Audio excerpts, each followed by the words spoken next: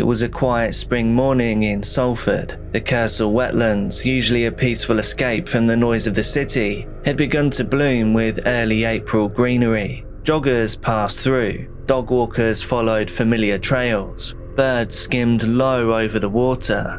But everything changed on Wednesday, the 4th of April, 2024. A passerby stumbled across something strange, something terrible. In an underground bunker within the woods, what they found wasn't trash or discarded clothing. It was a torso, wrapped in cling film. These were human remains. There was no identification, and no obvious clues. The discovery was immediately reported to the Greater Manchester Police, and within hours, the Kersal wetlands were overrun with crime scene tents, forensic vans, search dogs, and a growing sense of dread. A murder investigation was launched by the Serious Crime Division, and while officers on the ground scoured every inch of the reserve for clues, specialist teams began the painstaking task of trying to answer 3 urgent questions. Who was the victim? What happened to them? And who could be capable of doing something like this? The location was sealed off, and it remained a search scene for 12 days. But as the body remained unidentified and with no witnesses, police had no name, no motive, and no suspect. Still, something about the way the body had been disposed of set alarm bells ringing. This wasn't a simple murder, it was something else entirely. And behind the scenes, detectives turned to technology, and one specialist team, the Visual Evidence Retrieval and Analysis Unit, began combing through days of CCTV, frame by frame. They weren't even sure what they were looking for, but soon they'd find it, and when they did, the entire case would take a chilling turn. By the way, this is Dark Case, and you can call me Jack. I bring you true crime and other things that you may later regret knowing. Please do join the quickly growing, incredibly supportive Dark Case family by hitting subscribe now and making sure your notifications are turned on. I release multiple videos every single week, so make sure you check in, because YouTube seems to literally hate me, so you probably won't get notified. And now, let's go on with the video. Now Thursday the 18th of April, 2 weeks into torso had been found in the Salford wetlands, detectives were no closer to identifying the victim. No missing persons matched, and none of their leads had stuck. But the Vera team, that is a Visual Evidence Retrieval and Analysis team, had been reviewing hours of surveillance footage from the surrounding area. They were looking for anything unusual. Someone entering the woods alone, maybe late at night, and possibly someone carrying something. And then they found what they were looking for. The footage showed a man walking along Bury New Road in Prestwich. He was alone, carrying a large blue bag. What looked like a common bag for life from a local supermarket. But the man was struggling. He stopped several times to shift the bag's weight. He switched hands, and he bent slightly, appearing exhausted from the load. So this was no ordinary bag of shopping. Police estimated that the bag weighed around 18 kilograms, nearly 40 pounds, which just so happened to be the exact weight of the torso recovered from the wetlands. When officers traced the direction the man had come from, and where he went afterwards, they found something deeply unsettling. He walked towards the Kersal wetlands, and then he emerged a short time later, and he was still carrying that same bag, but now it was empty and folded up. The footage was quite grainy, so the man's face wasn't visible, but his movements appeared careful and controlled. Detectives nicknamed him Heavy Bagman. It was a chilling image, this anonymous figure, so calmly disposing of human remains in broad daylight, just outside of a quiet neighbourhood. But there was one problem. No one knew who he was. For days, investigators worked to identify him, retracing his steps on other cameras, but still, somehow, he slipped through the cracks. But then, by chance, everything would change.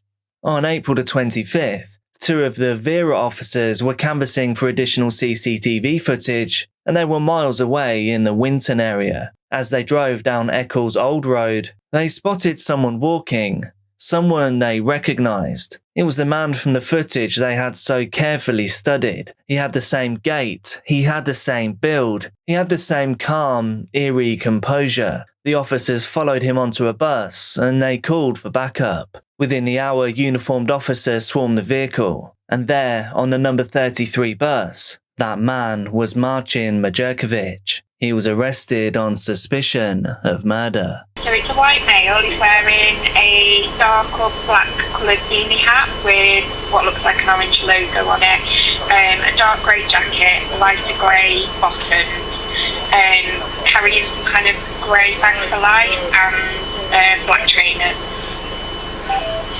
Mike Echo 1-1. Got one matching that description.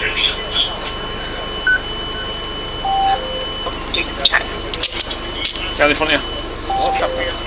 Being inside, you're detained for the purpose of a search while you ascertain your identity, okay? Or if you could pass me your mobile number for Just want to stand up first. Well, this tour group, give us a call, please. Can you double check, please? Try to check his pockets and hold it. Thank you. We're this tour group with a van to collect this potential customer that's coming in. Have you got anything sharp or anything in your pockets that might hurt me? Absolutely, mate. Okay. It's fine, don't worry, we'll just check and then... Blast the box drop for a van. It's definitely a mistake. 100%. I know, I appreciate that.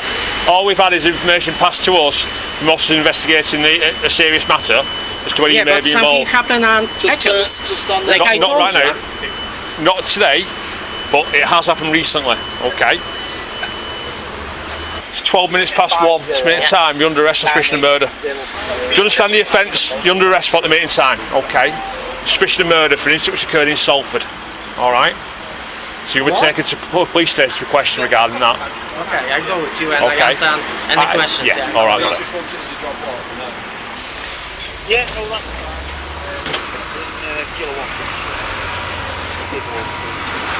You're searching it over. He has, mate, Just got to make sure you got nothing in your waistband there. Do it again if you want it, but...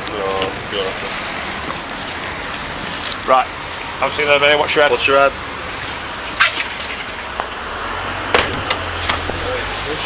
After the arrest, detectives raced to uncover who the victim was, but that proved harder than expected. There was no missing persons report, no one had come forward, and no one seemed to be looking for the man. That's because, in a horrifying twist, his killer had already taken his place, making it impossible for anyone to notice he was gone.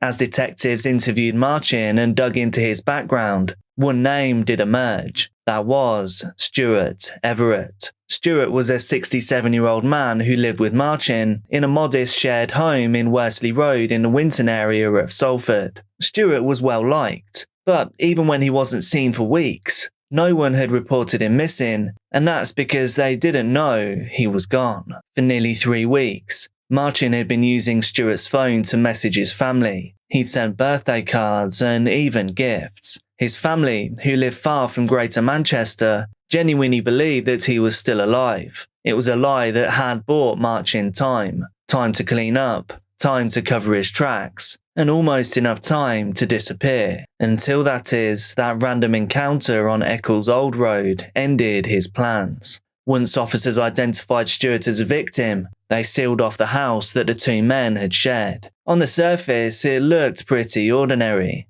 However, a skip sat outside on a driveway, and the inside had been partially emptied, but nothing obviously sinister was immediately visible. But beneath the surface, in Marcin's bedroom, detectives peeled back the carpet, and there they found red DNA stains soaked through the underlay and into the floorboards. It was clear that a massive cleanup had taken place. He'd even used a professional carpet cleaner, but there was one stain that wouldn't lift. So instead, Marcin cut out a chunk of the carpet and replaced it with a piece that he'd stolen from Stuart's own bedroom. He hammered the new section into place and then moved the bed to cover the join. The nails that he used to secure the patch, they had traces of Marcin's own DNA. So with each discovery, the story of Stuart Everett's final days started to become clearer. He wasn't missing at all. He was murdered, dismembered, and disposed of. And it appeared this was done by the very man who lived under his roof. And to make matters even worse, Stuart's body wasn't just hidden, it appeared it had been scattered all over the city. With Stuart Everett now identified as the victim, the search for more of his remains began. His torso had obviously been found, but what about the rest of him? Some answers lay in a single mobile phone, the phone of Marcin Majerkiewicz. With painstaking precision, Greater Manchester Police began analysing his movements using a mixture of GPS data and CCTV. What they uncovered was pretty staggering. Marcin had travelled across Salford and Manchester, visiting remote parks, woodlands, canals and reservoirs. Each time he was carrying bags, sometimes walking, sometimes using public transport, and it became clear that he was scattering Stuart Everett's body across an entire city. Over the following weeks, investigators launched Operation Harker. This was one of the most logistically complex searches in recent memory. More than 200 officers and specialist units were deployed across 19 locations. Remains were found at 6 of them. At Linnyshaw Colliery Woods, more body parts were discovered wrapped in cling film. At Chesterfield Close in Winton, just a short walk from the victim's own home, 9 separate packages were recovered. Each of these scenes brought a fresh wave of horror, but nothing compared to Black Leach Reservoir. Using sonar and underwater search units, divers found a hacksaw deep beneath the water. Its blade was stained with Stuart's DNA. Then, over multiple days of combing the reservoir, officers recovered something almost too gruesome to believe. Stuart's skull, cut into 4 separate pieces, scattered in different areas of the lake. Forensic experts and a pathologist reconstructed the skull. The verdict: a sustained brutal assault with a blunt object, likely a hammer-type weapon. Stuart had passed from multiple forceful blows to the head, followed by a methodical attempt to destroy all evidence, including what he did to the skull. Back at the men's home, the story solidified further. Red DNA-laden stains were found on the walls, on furniture, and on a discarded carpet thrown into the skip outside. A sofa bed that had been taken to a rented lockup in Bury, traced via a van hire service, tested positive for Stuart's DNA, and so did a fridge freezer also taken there. Each location, each object, stitched together a timeline of pure horror. Police now had enough to charge Marcin, and enough to ensure that justice could finally begin. When officers initially arrested him, he told them, "You've made a mistake, 100%, but that claim would unravel quickly." But who actually was Marcin Majerkiewicz? A 42-year-old Polish national, he had once worked at fast food restaurants at the Trafford Centre, but by 2024 he was unemployed. He was isolated, and somehow he was £60,000 in debt. He was also obsessed with horror and gore. He was even tattooed with the face of Jason Voorhees, the slasher villain from the Friday the 13th films. On his devices, police found searches for Spanish rental properties. This was possibly part of an escape plan. What actually drove him to end Stuart's time on this earth remains unclear, but detectives speculated a mix of motives. There was a financial pressure, there was possible mental deterioration, or maybe it was just his growing fixation with violent fantasy. We'll probably never fully know. The pair had actually known each other for years, and they weren't just housemates, it seems that they were actually friends, which made what happened even more chilling. Prosecutors believe the actual murder took place sometime between the 27th and the 28th of March, shortly after possible tensions escalated in their shared home. Stuart was the sole leaseholder, and rising rent may have triggered a breakdown in their relationship.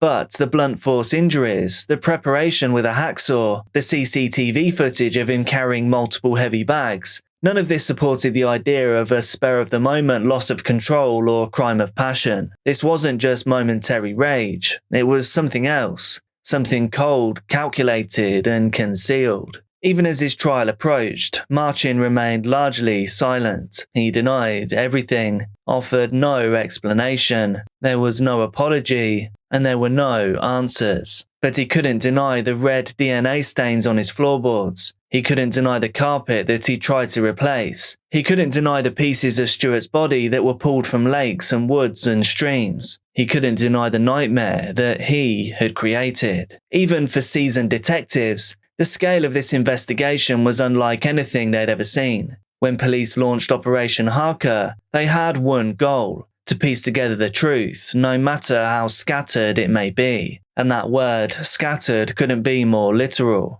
Parts of Stuart were found over 6 separate locations, including Blackleach Reservoir, Linnyshaw Colliery Woods, Boggart Hole Clough, and areas near Worsley Woods. The scale of the operation was almost unprecedented. Over 2,000 hours of CCTV footage was reviewed, over 3,000 exhibits collected, more than 450 witness statements were taken, and altogether there were 19 individual search sites, each one as important as they were horrific.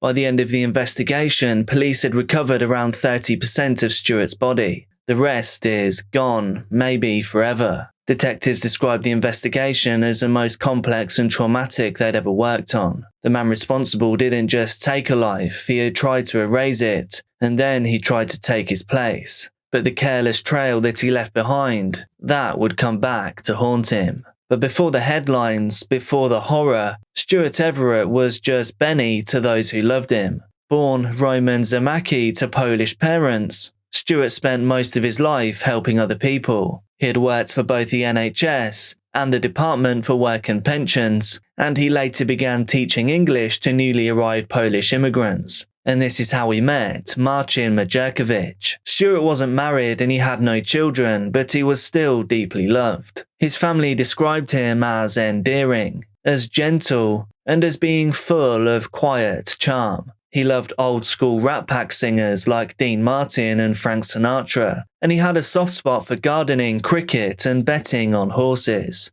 In 2013, he moved into the modest terraced house in Winton, Salford. It had 3 bedrooms, of which Stuart took the master, and then began subletting the other 2. In 2017, Marcin moved in. So for 7 years, the 2 men lived under one roof. But once he was gone, Marcin stole Stuart's identity. He took over his bank accounts, and as we know, he pretended his housemate was still alive. Stuart's family were being strung along by his killer, a man pretending to be their loved one. And when the truth would eventually emerge, the pain was almost too much to bear. For any person to be treated the way my brother was, brutally murdered and systematically and comprehensively disposed of, has meant our family are traumatized beyond belief. Those are the words of Richard Zemacki, Stuart's brother. Stuart Everett didn't deserve any of this. He deserved dignity. He deserved to grow old, to bet on horses, to listen to Sinatra and quietly enjoy his life. Instead though, his story became one of Manchester's darkest chapters. In early 2025, the trial of Marcin Majerkiewicz began at Manchester Crown Court. It was a case that gripped the region. The level of depravity, the scale of the cover-up, the coldness of the crime, it left people stunned. And yet, somehow, Marcin continued to deny everything. He pled not guilty to both murder and to the alternative charge of manslaughter. But the evidence, as we know, told a totally different story. The 2,000 hours of CCTV, more than 3,000 exhibits, just under 500 witness statements, all drew only one conclusion. Prosecutors described how Marcin had used a hammer-like object to inflict blunt force trauma, which ended Stuart's time on this earth. He then dismantled the body into 27 parts with a hacksaw and spread them across Greater Manchester. A sofa bed and fridge freezer were linked to the crime. DNA, phone records, their heavy bagman footage, the hide-and-seek game of fake text messages and impersonations. There was no plausible alternative. Even Marcin's own lawyer described him as a chronic liar, someone who had told story after story to cover his tracks. He had searched for properties to rent in Spain, even as body parts were being found. And in a final insult to the family, he offered no explanation in court. He declined to give evidence in his own defense. For Stuart's family, no sentence would be enough, because for them, a life had been stolen, and no verdict could bring it back. The courtroom at Manchester Crown Court was silent as a verdict was read. Marcin Majerkiewicz was guilty of murder. The jury had taken less than 2 hours to decide, after the trial had stretched across 3 weeks, piecing together the horror in forensic detail. All of it painted an overwhelming portrait of premeditated brutality, and then a chilling effort to cover it all up. Marcin has never offered a defense, he's never testified. He's given no explanation, only denials, despite the overwhelming case against him. His silence was a stark contrast to the emotional devastation in the room that day. Stuart Everett's family spoke of a loss that will never be repaired. His brother Richard stood in court and said, "For any person to be treated the way he was has meant our family are traumatized beyond belief."